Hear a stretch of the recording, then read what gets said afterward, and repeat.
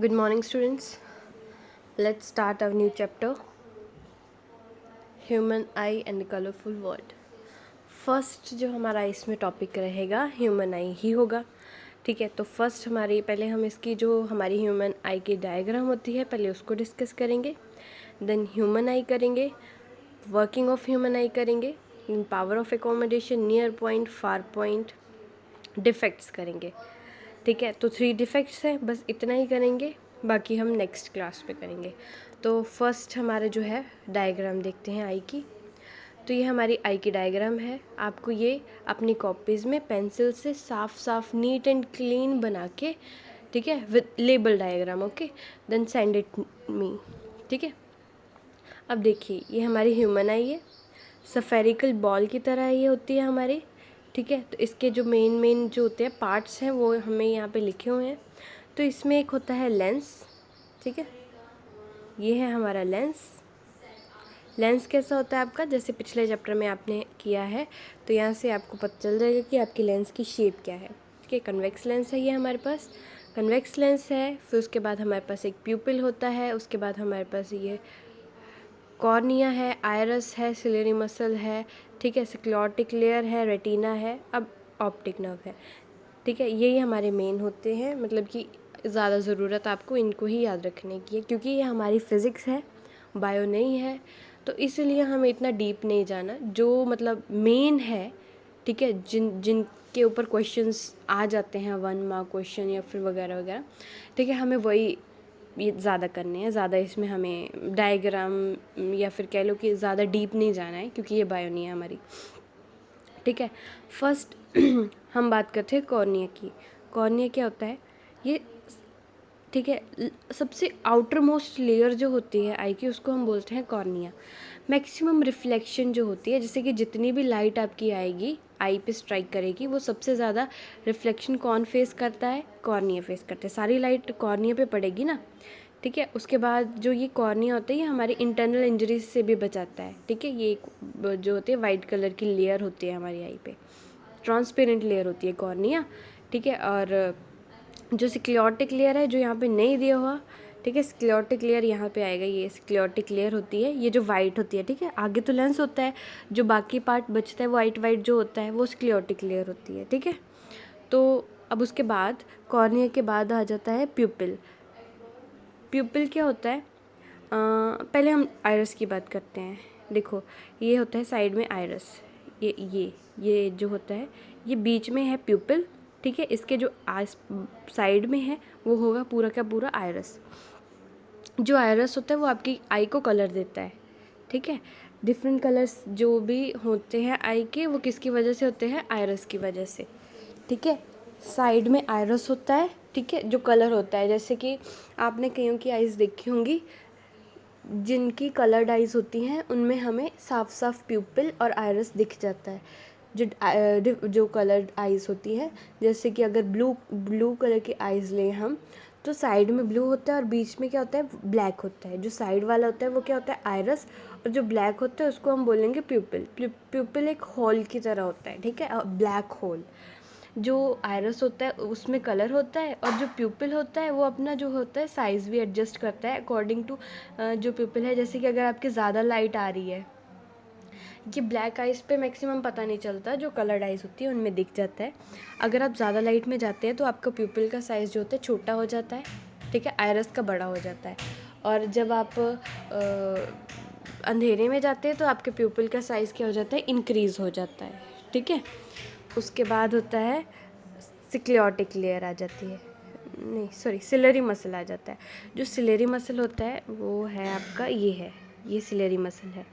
ठीक है, ये भी सिलेरी मसल है, दूसरी साइड ये वाला सिलेरी मसल है. सिलेरी मसल क्या होता है, ये स्टैंड होता है आपके लेंस का. जैसे ये लेंस है ना, इसको किसने होल्ड किया है, सिलेरी मसल ने. ठीक है, ये सिलेरी मसल आपका लेंस को होल्ड करता है. अब आपका जो लेंस होता है वो भी चेंज होता रहता है, मतलब कि अगर आप ज़्यादा नज़दीक से कोई चीज़ देख रहे हो या ज़्यादा ज़ोर पड़ रहा है आपकी आइज़ पे, तो आपका लेंस जो होता है वो छोटा हो जाता है और सिलेरी मसल्स क्या हो जाती है, एक्सपैंड कर जाती है. ठीक है, और अगर आप किसी चीज़ को दूर से मतलब आपकी नॉर्मल आइज़ से देख रहे हो तो आपकी सिलेरी मसल जो होती हैं वो नॉर्मल रहती हैं और जो आपका लेंस होता है वो थिन हो जाता है. मैं आपको बताती हूँ, जैसे ये आपकी सिलेरी मसल है और इस साइड आपका सिलेरी मसल है, ये आपका लेंस है। ज़्यादा सुंदर नहीं बना, रुको, ये है और ये है, ये है। अब ये आपका है लेंस यहाँ पे, ठीक है। अब इसमें क्या है, ये आपकी जो सिलेरी मसल है यहाँ पे जो है स्ट्रेच नहीं हुई है, ठीक है, नॉर्मल है। तो अब आप नॉर्मल किसी चीज़ को देख रहे हो बिना ज़ोर लगाए, तभी ऐसे होगी। अगर आपका जो है सिलेरी मसल ऐसे बड़ी हो जाए ऐसे, तो आपका लेंस छोटा हो जाएगा यहाँ पे, और क्या हो जाएगा, थिक हो जाएगा, ठीक है। छोटा और थिक हो जाएगा, छोटा और थिक होगा, और क्या होगा, आपको ज़ोर पड़ेगा इस पे, और फिर इससे डिफेक्ट्स आ जाते हैं, ठीक है। और आपकी जो इमेज होती है, जो आपको दिखाई देता है, वो आपकी फॉर्म कहाँ पे होती है, रेटिना पे फॉर्म होती है, ठीक है। रेटिना क्या होती है, स्क्रीन होती है, ठीक है, आई की स्क्रीन होती है। उसके बाद एक ये हमारी ऑप्टिक नर्व होती है। ऑप्टिक नर्व क्या होती है, ये माइंड के साथ अटैच होती है, और ये हमारे माइंड को सिग्नल देती है, ठीक है। जो भी हमें दिख रहा है, हमें कुछ उल्टा दिख रहा है, देखो वैसे हमें जो ये हमारा कन्वेक्स लेंस है, ये हमें इन्वर्टेड इमेज ही बना के देगा माइंड में, ठीक है। तो हमारा माइंड उसको सीधा करके देखता है, ठीक है। इतनी ज़्यादा मतलब हमारी इलेक्ट्रिकल सिग्नल जाता है आई में से, कौन पास करता है, ऑप्टिक नर्व से, ठीक है। तो ऐसे हमें इमेज दिखाई देती है। अब देखिए, अब हमारी आई थिंक आपको ये समझ आ गई होगी। अगर कोई भी डाउट हुआ तो आप क्वेश्चन पूछ सकते हैं मैसेज करके, ठीक है। उसके बाद आ गया आपका ह्यूमन आई। अब इसकी जो ये वर्किंग है, ये मैंने आपको वैसे बता ही दी, नहीं वर्किंग नहीं बताई, ये ह्यूमन आई के बारे में वैसे बता ही दिया। जो मैंने बताया वही शॉर्ट में करके यहाँ पे लिखा है। और हाँ, ये वैसे बहुत बड़ी दी है कई बुक्स में, एनसीईआरटी में तो छोटी दी है। जो आपकी रेफरेंस बुक्स होंगी जैसे कोडोवा वगैरह है, उसमें काफ़ी बड़ी दी है। तो आपको ये पूरी तो करनी नहीं है वैसे, पर एक बार देख लेना, क्योंकि क्या होता है कि 1 मार्क के क्वेश्चंस इसमें से बहुत ज़्यादा बन जाते हैं। वैसे ये इंपॉर्टेंट नहीं है, पर 1 मार्क के लिए इंपॉर्टेंट है, ठीक है। तो पूरी जो है आपने एक बार रिवाइज कर लेनी है ये। अब आगे आ गया वर्किंग ऑफ आई। तो इसमें क्या है, आपकी जो आई है, ठीक है, पहले तो लाइट पड़ेगी आपकी कॉर्निया पे बहुत ज़्यादा। जब लाइट पड़ेगी, रिफ्लेक्शन होगी, तब आपको कोई चीज़ विजिबल होगी। जब कोई भी चीज़ आपको विजिबल होगी, तो फिर वो क्या है, हमारा लेंस जो है उसकी इन्वर्टेड इमेज फॉर्म करेगा रेटिना पे। रेटिना पे उल्टी इमेज आएगी हमारी। जैसे अगर हमारे पास ऑब्जेक्ट है वो ऐसे पड़ा है, बट रेटिना पे वो दिखेगा ऐसे, ठीक है। फिर क्या होगा, ये ऑप्टिक नर्व जो है वो जाएगी माइंड के पास। माइंड के पास वो जो इन्वर्टेड इमेज है उसको सीधा करके हमें दिखाएगी, तब हमें पता चलेगा कि हमारे सामने क्या है क्या नहीं, ठीक है। तो ये हो गया आपकी वर्किंग ऑफ आई। अब नेक्स्ट आ जाता है power of accommodation. Power of accommodation में क्या आएगा, देखो पावर ऑफ एकोमोडेशन होता है कि ability of the eye to see near और द डिस्टेंट ऑब्जेक्ट्स, मतलब कि हम ठीक है, नियर और डिस्टेंट ऑब्जेक्ट्स, तो ये हमारी जितनी एबिलिटी होगी आई की, वो हमारी होती है पावर ऑफ एकोमोडेशन। उसके बाद आ जाता है near point and far point. Near point क्या होता है, द मिनिमम डिस्टेंस एट विच, अच्छा जो मतलब कि मिनिमम डिस्टेंस जहाँ पे हम इजीली क्लियर जो है चीज़ें को देख सकते हैं, जो कि होता है नॉर्मल आई का 25 सेंटीमीटर। 25 सेंटीमीटर से अगर आप और नज़दीक लेके आते हो तो आपको इमेजेस क्लियर नहीं दिखेंगी, ठीक है। तो व्हाट इज़, आपको क्वेश्चन भी आ सकता है, what is the near point of the normal image, normal eye, या ठीक है, वो क्या होता है 25 सेंटीमीटर। और फार पॉइंट पूछेंगे, फार पॉइंट क्या होता है, जितनी दूर तक हम जो है क्लियर चीज़ देख सकते हैं। देखो हम तो वो, हमें दूर दूर जो है पहाड़ भी दिख जाते हैं, हमें सन भी इतनी दूर दिख जाता है, तो फिर फार पॉइंट तो कुछ फिक्स नहीं ना होगा, तो फिर फार पॉइंट हमारा होगा इन्फिनिटी। ये 1 मार्क का क्वेश्चन बन गया आपका। Near point is 25 centimetre and far point is infinity, ठीक है। और इसके बाद आ जाता है डिफ़ेक्ट्स जो हमारी आई में होते हैं। तो जो आपको स्पेक्स वगैरह लगती है, ठीक है, वो जो डिफ़ेक्ट्स पड़ जाते हैं उसके बारे में आप बताएंगे। फर्स्ट है मायोपिया, या फिर इसको बोलते हैं नियर साइटेडनेस। इसमें क्या होता है, जो आपकी नज़दीक की चीज़ है वो आपको दिखाई नहीं देती क्लियरली, ठीक है। इस ऑब्जेक्ट को, इस डिफ़ेक्ट को हम क्या बोलते हैं, मायोपिया। और जिस आई को ये होता है डिफ़ेक्ट, उसको बोलते हैं मायोपिक आई। तो ये हम, इसमें क्या होता है, ये आपको क्या आएगा, इसमें कॉज पूछेंगे, ठीक है। पहले तो होगी डेफिनेशन, मायोपिया की डेफिनेशन होगी, ठीक है। उसके बाद कॉज पूछेंगे कि होता क्यों है, ठीक है। तो देखो ये लिखा है दिस में be due to the increase of the size of the curvature. जो आपका आई बॉल है ना, ये जो आपका आई बॉल है ना, इसका साइज़ इंक्रीज़ हो जाता है, बड़ा साइज़ हो जाएगा।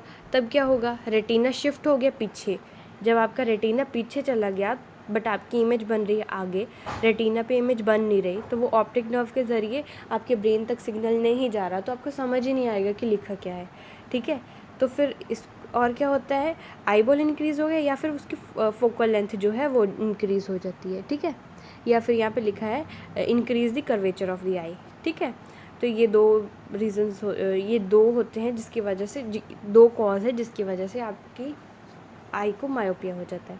ठीक है, अब इसको करेक्ट देखना है कि हम इसको करेक्ट कैसे करेंगे। अगर आप स्पेक्स लगाते हो कनकेव लेंस वाली, ठीक है, ये कनकेव लेंस है आपका, कनकेव लेंस अगर इसके आगे रख दो तो आपकी इमेज जो है सही जगह बनने लग पड़ेगी। तो ये डायग्राम्स इंपॉर्टेंट है, ये डायग्राम्स पे आपने कॉपी में बना के देखनी है और सेंड करनी है मेरे को। ठीक है, तो मायोपिक आई को करेक्ट कैसे करते हैं, बाय यूजिंग कनकेव लेंस। अब नेक्स्ट आ गया हाइपरमेट्रोपिया।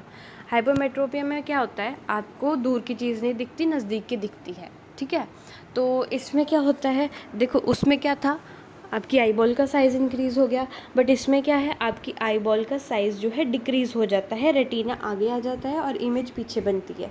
ठीक है, डिक्रीज़ हो जाता है और क्या होता है, जो कर्वेचर है वो भी डिक्रीज़ हो जाता है। तो इसको करेक्ट कैसे करेंगे, बाय यूजिंग कन्वेक्स लेंस।